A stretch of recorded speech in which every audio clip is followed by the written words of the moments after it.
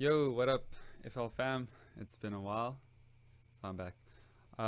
Yeah, so today I want to speak about mixing and mastering. So, like, one of those things that everyone wants to like speak about, and it's kind of annoying to speak about mixing and mastering because everyone has like their own way of doing things, and people like to talk like really technically about things, and then sort of not really know what they're saying, and that can sometimes be annoying.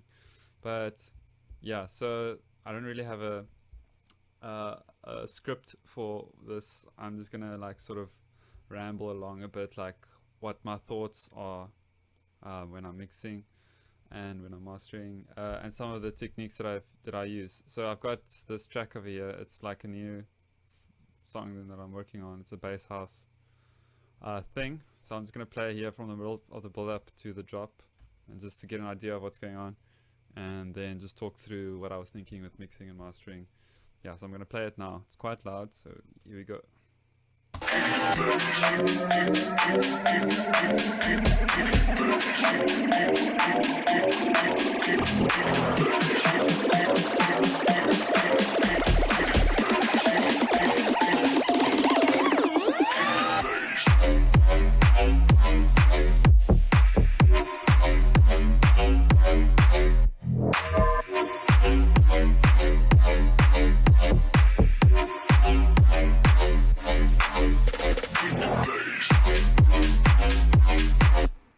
Okay, so you get the idea. I've turned the master volume down just so that it matches my speaking voice.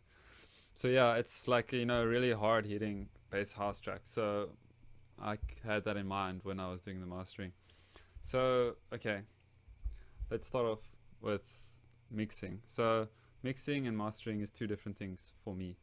Okay, like everything I'm gonna say now is like how I understand it and what my experience has been. It's not like this isn't like set in stone, literally just speaking my mind, so take it with a grain of salt. So for me, mixing is adjusting volumes of everything, and uh, it includes EQing stuff as well. I also see that as a part of mixing because that's actually also just setting volumes, just more specifically, right? So the thing with mixing, like, it's obviously you mix something first and then it goes into the mastering process, right? So you want to mix it to sound as good as possible before you go into mastering. So, but you've got to keep in mind, what does a good mix sound like? Like, when you mix something, you're not mixing it to sound like the end product, okay? Because the end product is going to be mastered. Like, a good mix is very dynamic, for example. So like things that are soft are like really soft, and things that are loud are really loud. So at least this is been my experience.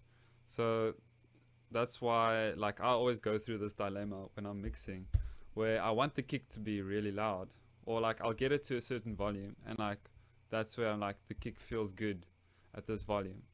But then you look at the mixer and it's like super loud, or like you look at your speakers and whenever the kick hits, it's like going crazy, and then you feel like, oh, it's way too loud, but that's where it sounds good. So that's sort of like a weird mental space that you're in, like, is it too loud or not?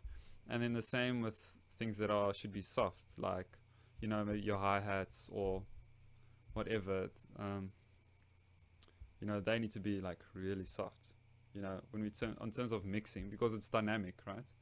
You've got loud things and you've got soft things, because mastering is going to bring everything together. Like if everything's the same volume and you push it into the master, it's just going to be like a mesh of noise, or like nothing's going to be important because everything is the same volume, something like that. So that's pretty much where my mind is at when I'm thinking about mixing stuff. Also, when it comes to mixing, like, I've found like that any sound that has a very like concentrated frequency, like for example a sub bass, like has frequencies like in the sub region, right? So I tend to have them being quite softer. same with like hi-hats or white noise, or they have very like concentrated frequencies in the high end. I tend to have them softer as well. Something that has lots, like a wide frequency range, like a piano. A piano covers like the entire mid-range plus like a bit of a high end and some bass. Usually it can be a bit louder, or like this bass sound that I've got going on here. This one. Okay, it's being low passed, but that also like covers a massive amount of like frequencies. That usually can be allowed to be a bit louder, yeah, in terms of mixing, that's kind of all there really is to say. Like, there's no real mixing techniques, at least in my opinion, apart from like EQing and compressing stuff. But it's just like an experience thing, from practicing a lot and like really listening to what stuff sounds like. Listen to, your favorite songs and like how loud are things, how loud most of the beats that people like have brought into my studio. The hi-hats are like always too loud. I don't know why that's a thing, but people mix their hi-hats way too loud. Or, like whatever, like it's just like an experience thing, I think, and like a taste thing as well. You learn sort of a taste for what sounds cool or not. So yeah, okay, that's a lot of talking. So when it comes to mastering, this is where I really want to get into. Like, so you can see there's quite a bit going on here. I've got a couple of EQs, 3 Maximuses, and then 2 limiters. So the main thing really is this last Maximus. It's doing most of the work, which I would go through now, and it's really actually pretty simple what I'm doing. I'm just going to turn this down like really softly because I just want you to see what's going on here. Okay, so this is the last Maximus in the chain. I'll get to the others just now. So as you can see, I've made sort of a similar curve for all of them, like this little ramp for all of them. And then what I did was I pushed the pre-gain so that the peak sort of hits the top. Did that for all the bands except for the high band because I want a bit more dynamic. I want it to be the high frequencies, bit more volume differences, not like squashed entirely.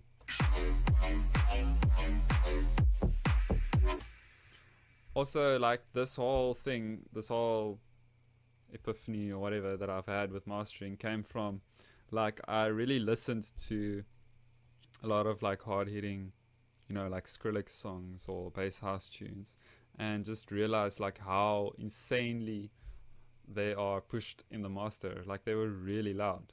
Like, no song that I've ever mastered was pushed as hard as the stuff that I was listening to, and the stuff that I was listening to was really cool. So I figured, well, maybe I should compress things harder. Because whenever anyone speaks about compression, they're always saying like, yeah, like dynamics are really important, don't over compress things. And I'm like, yeah, okay, that's good advice, but have you listened to how intensely things get compressed? Like, most of your favorite EDM tracks are pushed really hard in the master, so it's a good idea.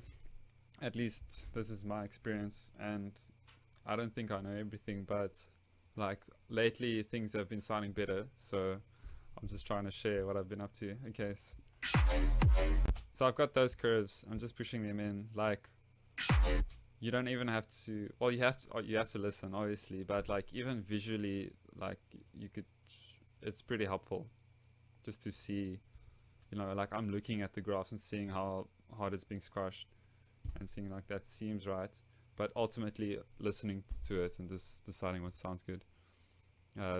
Hence why the high frequency isn't going in hard. Okay, so because I'm pushing it so hard into like individually in the bands, I haven't done it with the master. With the master, just this small curve with the master is something that I've seen has worked pretty well. Um, so your loudest parts are still like just as loud. Your soft parts are still kind of just as soft, but then sort of everything in between, you're giving a volume boost.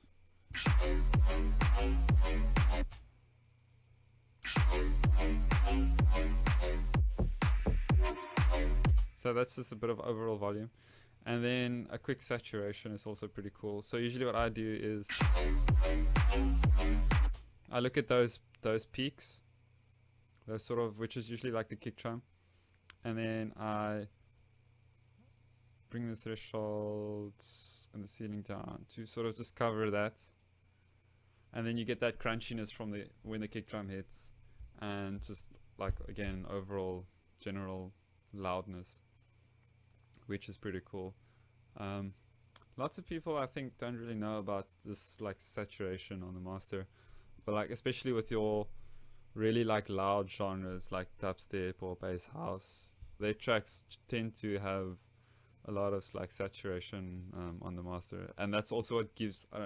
If you take like a Zomboid track and you drag it into FL Studio and you look at the master channel, you'll see his track just hitting like 0 dB like all the time.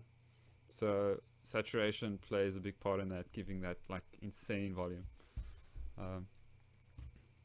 Yeah, so then from there I'm gonna get to those two Maximus now. So from there it goes into a limiter. So I'm pushing it into the limiter, like hitting the ceiling, like going even like past it obviously. And this has also been like a new thing for me, because for me it was always like a sin to hit 0 dB in the limiter. It's like, whoa, like you shouldn't do that. It's like you're losing dynamics. It's like, yeah, but the song is becoming a lot louder. So obviously there's that space where, or that point of losing dynamics but getting the song louder, where you're like, okay, that's just the right amount. And it's not necessarily hitting 0. It's not like that's not necessarily the best. Like to me that sounds a lot better, so why the hell not, you know? And maybe you overdo it, maybe you push it in too loud, you know, but then the next song you do it better. But it's like there's no rule. Like, and I actually learned this from watching deadmau5's his masterclass, and he was showing his master chain, and he had this limiter, and he's like, yeah, this track needed to be pushed into the limiter, and it was like crushing it. And I'm like, wow, okay. I don't know why I had this idea in my head that you're like not allowed to do that, or that it's always bad, you know. Most of the like big mistakes I've made in mixing mastering was having these ideas in my head that you're not allowed to do a certain something, and then so yeah, that's that. That's just a volume boost, nothing much about it. Oh, also by the way, with in terms of attack and release, I generally leave them as they are. But my experience has been, if I feel like certain frequencies bands are like, there's parts like still sticking their heads out, popping out more than I want to, because remember this, the whole compression process is sort of squashing that, so you tend to not have things pop out into volume. I usually give just a little boost on the release. I don't know like if that's dumb or not, but I've done that and it sounded like it was bringing it more together. So for the mids and the highs at least, usually for the low not so much. And I gave it some stereo separation as well, which just widens, makes it wider, those frequencies. Also, it's a really good idea to play the track and then to solo certain, let's pause, to solo a certain band and listen to the track, because that's a really good way to hear if something, maybe the snare or the clap is like sticking out way too much. You'll definitely notice it then, and then you can go and fix it. Maybe turn down the volume or EQ it, wherever that frequency is that's bothering you. Like, that's a really cool thing that helps a lot. Also with when you can also do that when you're doing the compression curve, and like how intensely you want it to push into the curve. That's also really helpful. Cool. That's all about that. So the thing with Maximus, you get 3 bands. Okay, so you got low, mid, and high, but maybe you want more. So that's what these two are. Let me show you how to do this from scratch. So I open this guy, de-esser narrow band. Okay, and then I solo it, and I usually have one because my main compression Maximus has 3 bands. The one ends over there, or the one ends over there. So I usually make one that's kind of like this. There's a lot of annoying frequencies usually in that region in my tracks. So it's sometimes really nice to have a band there as well, sort of in the middle of the mids and the highs. And then again, just push it in there, the track, to sort of dim down the dynamics there if need be. And it was needed, in my opinion, at least in this track. And then I do another one. So okay, let me just take that away. So that's this guy. Got this on solo.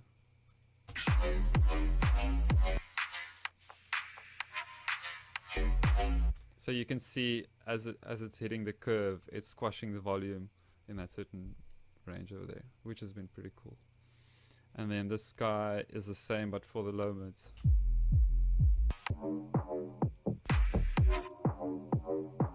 Which I actually took away because I didn't want it. That's where a lot of the punch is in your like kick. And I think I wanted it. I think I was trying it out. Doing like something like this. So that it gets squashed there. So maybe if there's too much of that, then you could set up this band and do it. But I think I ended up deciding not doing that. I'll probably have a listen again and have a look. So that's pretty much that. I like the order as well. Like the main one I like having last and then those two in front. And then before that I've got an EQ where there's like some annoying frequencies here. This has also been like a thing for me. It's like EQing on the master. It's like, should you be doing it? I saw Virtual Riot when he was doing a little talk thing, and he was doing a quick master, and he's like, yeah, he always, well, I think he said always, but he takes out these upper mids and then these annoying lower mids. Like he does that on almost all of his tracks. I would say like it depends, but you know, do it and then have a look. But for me, most of my tracks tend to have annoying sort of overall sound in this region, so I like doing that. You could argue like, why not just go to each separate thing and go and EQ it out, but that doesn't, like, it's complicated. Okay. It's like when you master, like you're sort of packaging the whole thing in a certain way. You know, it's like when you go to McDonald's, they've made the McDonald's burger, but they don't just put the burger in your hand, you know, they put it in a little box, and the little box goes into a bag, you know, and the bag looks pretty and whatever, and that's what you get, you know. And it's like, that's kind of just the mindset you need to be in whenever you're mastering a song. It's like, how do you want to package this? Must it be super loud? Must it be dynamic? Does it need to be smooth there? And that sort of thinking only happens when you get to the mastering, and I feel like you should handle it there. Yeah, anyway, my 2 cents. And then this, I think, is just, I do a high pass filter in one part of the song, so that's not actually part of the mastering, that's just where this is a quick high pass I do. I think it's fine doing it there, it's good. But yeah, EQ before compression, for sure. And then the last limiter, all I do is I do a little minus, you can see over there at the top left, I do a little -1 notch just to make sure that it's not clipping at 0 dB, because some software or some sites will think that the song is distorting when it's hitting 0 dB, and then it might not take it, like iTunes or whatever. So that's just kind of being safe you'll see the master. You'll see it's just below 0 when you turn.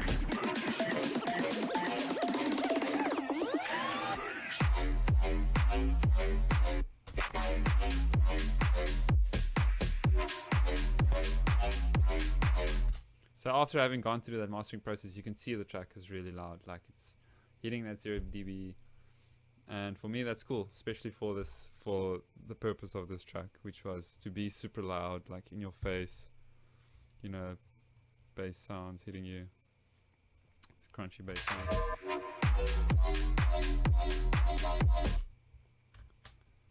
Yeah, so that's pretty much it. Yeah, you can. There's so much that you could say about mixing and mastering stuff. You know, like it's so situational. Always like there's no rules really. This is like some techniques and stuff that you can use that can help. So definitely try out some of the stuff that I showed you because it's helped me a lot. But the thing that I can tell you now, the thing that most of you are going to do is you're going to like copy these curves exactly and everything I've done exactly. And it might help you like a lot, but just please don't get stuck in that. Like try different things, try like do that, push it all the way up there, like just mess around and just listen. Like, does it sound good? Like at the end of the day, that's all that matters. And everything that I've showed you is just like a technique that works for me sometimes. You know, it's not like I'm the best or anything by any means whatsoever. So yeah, I hope this was useful. Let me know if it was, and if you enjoy this format of videos where it's just like me talking and stuff, so that's cool. So yeah, this track should be released in like a couple of days, so be on the lookout for that. Cool. Cheers.